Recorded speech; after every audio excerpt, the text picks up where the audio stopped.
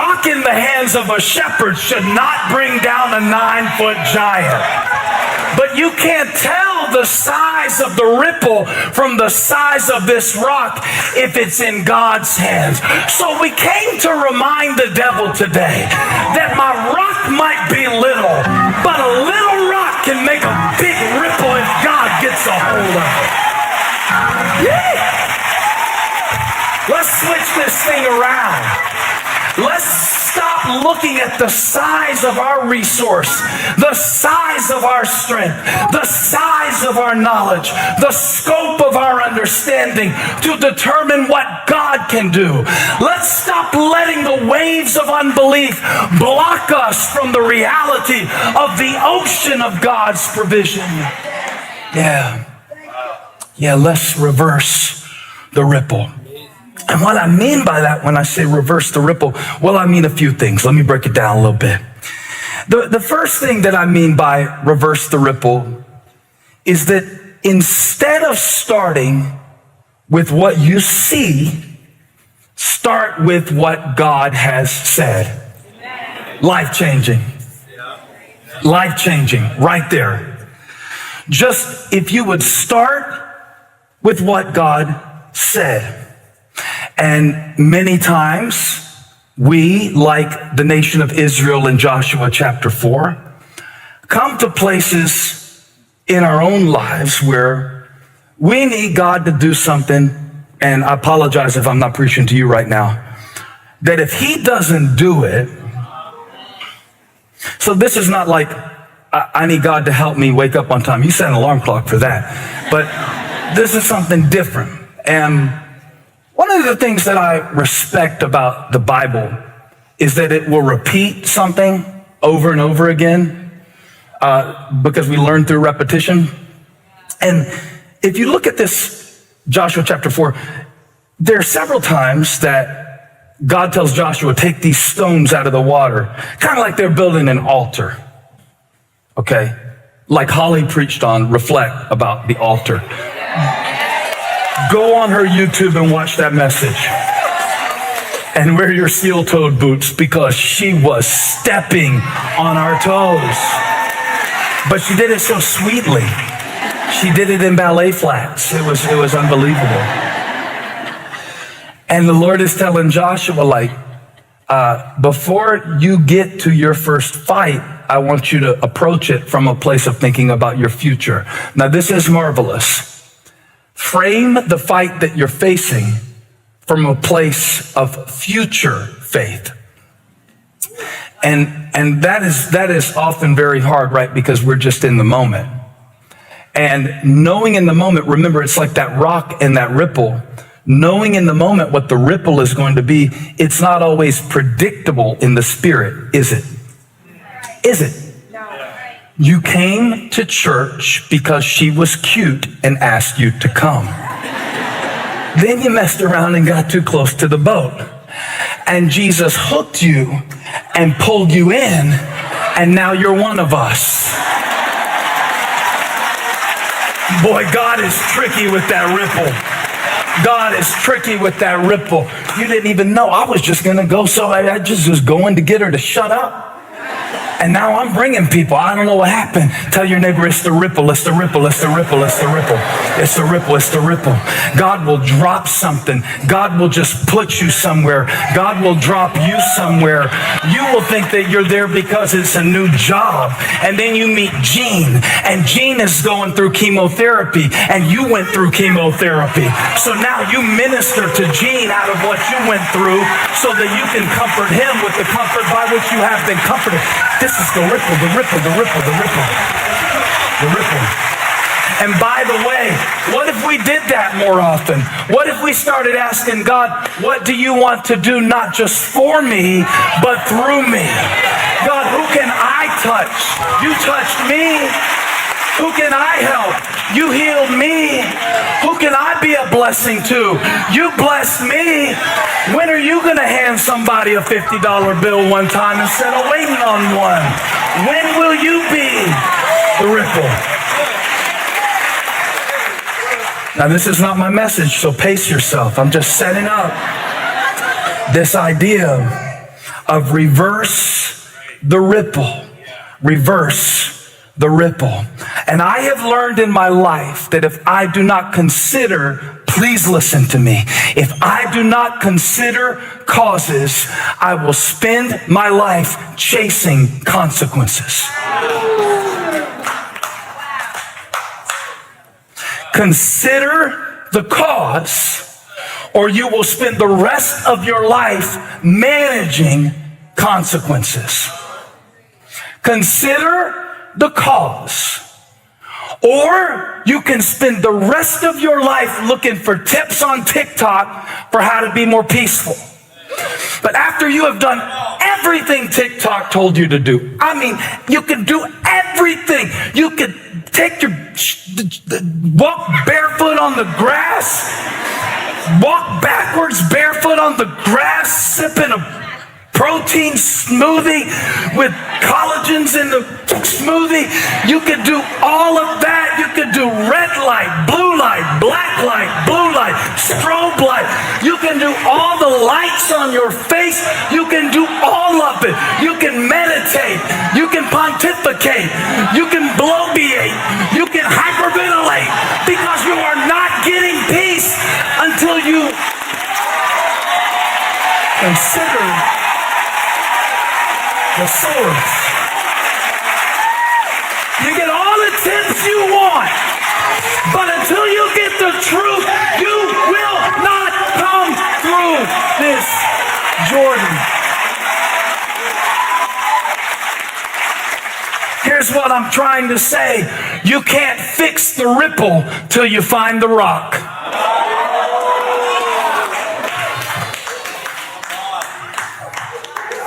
I'm going to preach like this in Boise too. Tell them get ready. You can't fix the ripple till you find the rock. And I think a lot of religion is ripple management. Behavior modification. Empty tradition. God, I promise I'll never do it again until 3:30, and it's 3:25 right now. That's ripple management. That's white knuckling, not worship. Ripple management cannot bring you to a place of restoration. It can only bring you to a place of relief temporarily. So what are the areas in your life right now where you are trying to fix ripples, but you don't even know what rock was dropped that caused it to begin with? This is like quoting Bible verses on top of trauma that you won't deal with.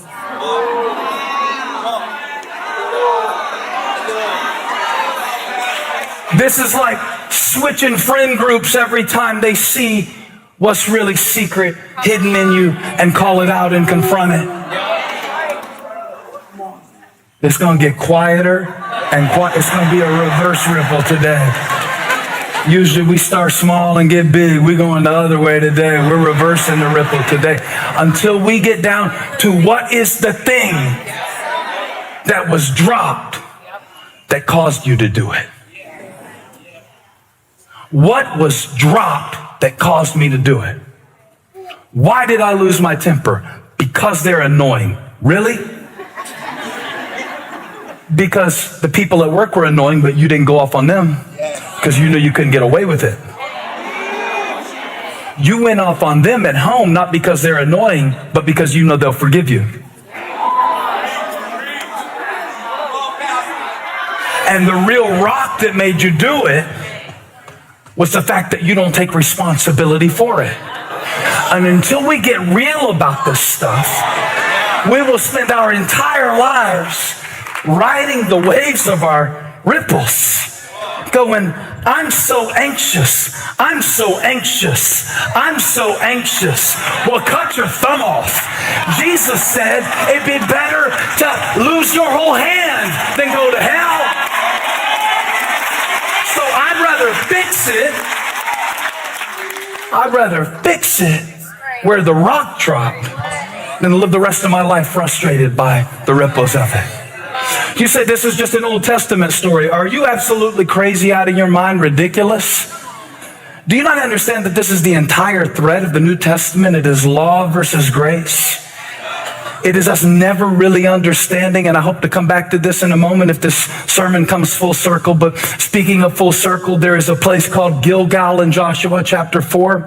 If you've never heard of it, you can be forgiven. But the word Gilgal actually means circle. And isn't it interesting, in a passage that demonstrates the power of the Lord spoke to Joshua, Joshua spoke to the priest spoke to the people did what God told them, and it was a demonstration to the nations that didn't even know God.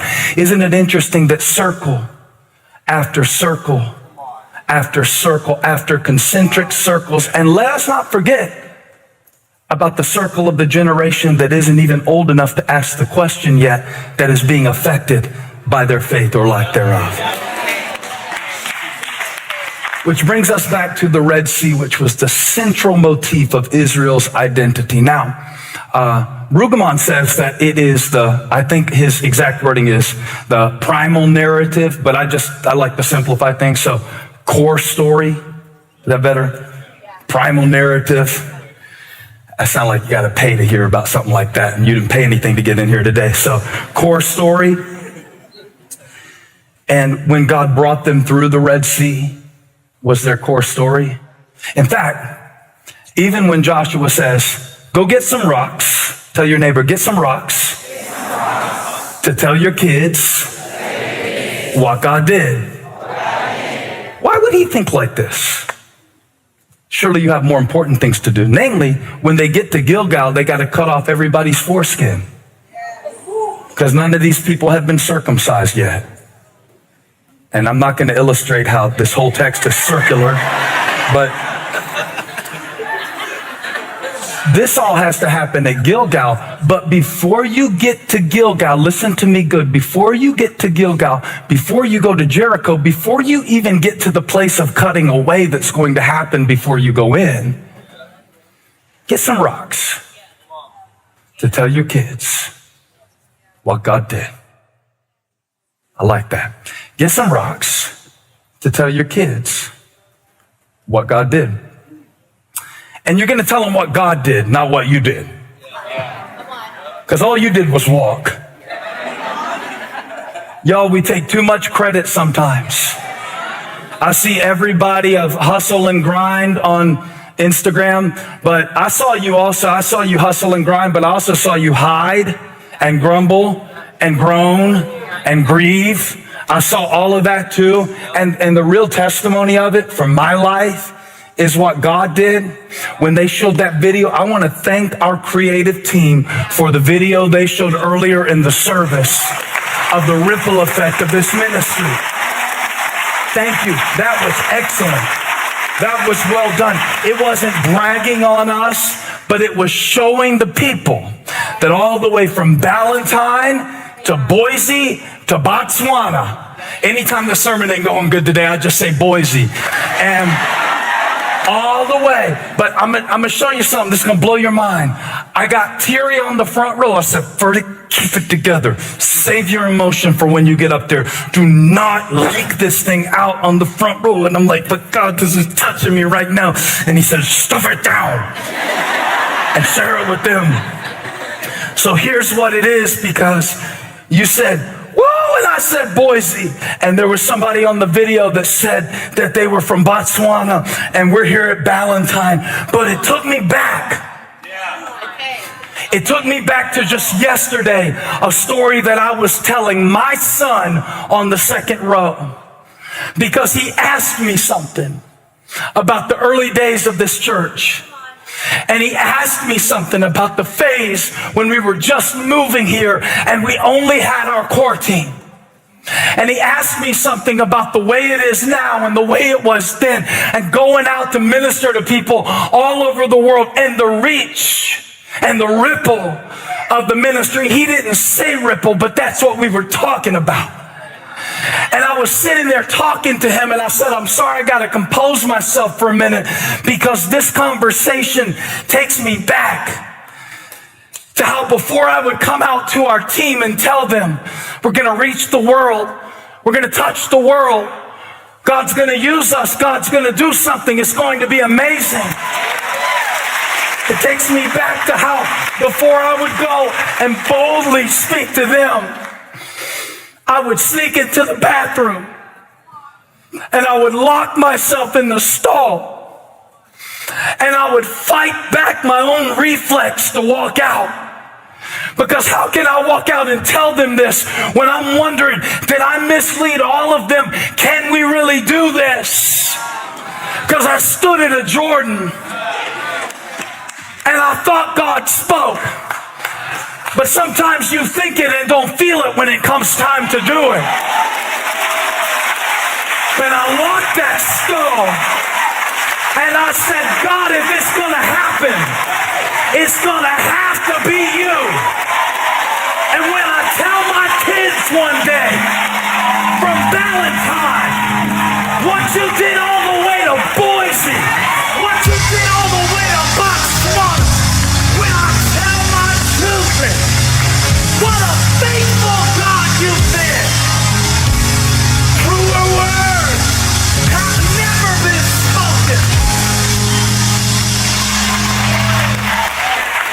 And my stones will tell my story. And my stones will tell my story. And my stones will tell my story. And my sleepless nights will give way to a new day. And my stones will tell my story. And we'll shout at Valentine. And we'll shout in Boise. And we'll shout in Botswana. And we'll shout till you get the breakthrough.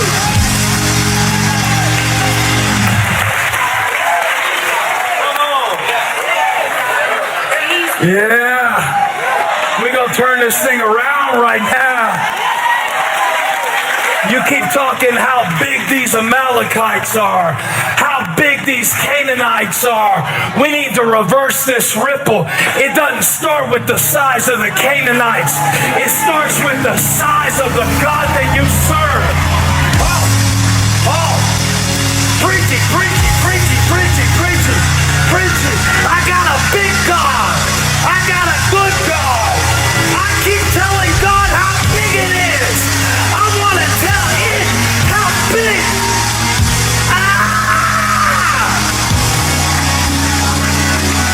If you saw my God, you'd understand my shout.